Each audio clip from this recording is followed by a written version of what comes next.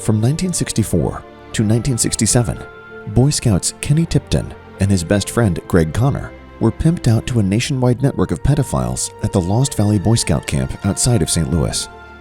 Lost Valley was run by retired Army Captain and Scoutmaster Elra E. Johnny Green. Lost Valley was one of 6 sex rings run by Scoutmasters, Assistant Scoutmasters, and Scout volunteers in St. Louis, Kansas City, Chicago, Cleveland, Nashville, and New Orleans.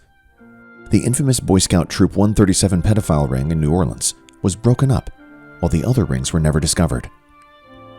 Ken Tipton later became a Scoutmaster for his son's troop and asked permission from the St. Louis Boy Scout Council for him to give talks to troops in St. Louis about his past child sexual abuse in scouting. His request was turned down. In 1988, Ken wrote a book about his and Greg's sexual abuse as Boy Scouts to be published after his death.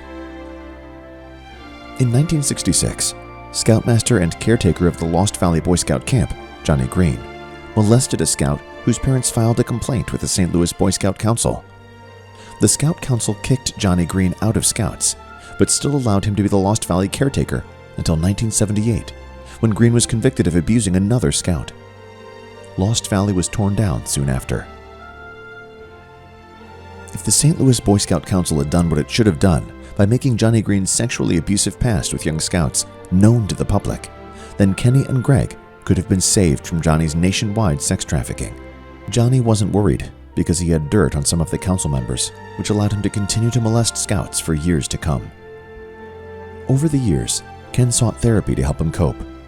After years of medication after medication which failed to ease his guilt, Ken was referred to the transcranial magnetic stimulation program offered by UCLA and paid for by the Boy Scouts of America.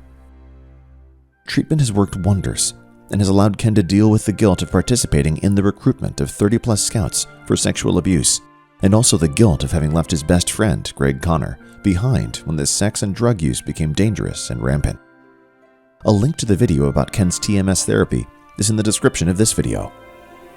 Ken moved on from his abuse at Lost Valley, but Greg Connor stayed actively involved with Johnny and his nationwide network of pedophiles until he wound up frying his brains from the drug use. His parents had to take care of Greg for the rest of his life until he died at age 66. Ken's book, Lost Valley, Lost Innocence, A Love Story, is available on Amazon Kindle, with the last chapter that chronicles how well or not the Boy Scouts of America handles their promise to settle pending child sex abuse claims in a timely manner. So the question is, will the bankruptcy judge, the Honorable Lori Selber Silverstein, require the Boy Scouts of America to honor their promise to settle the child sex abuse claims in a timely manner first, before settling any business claims?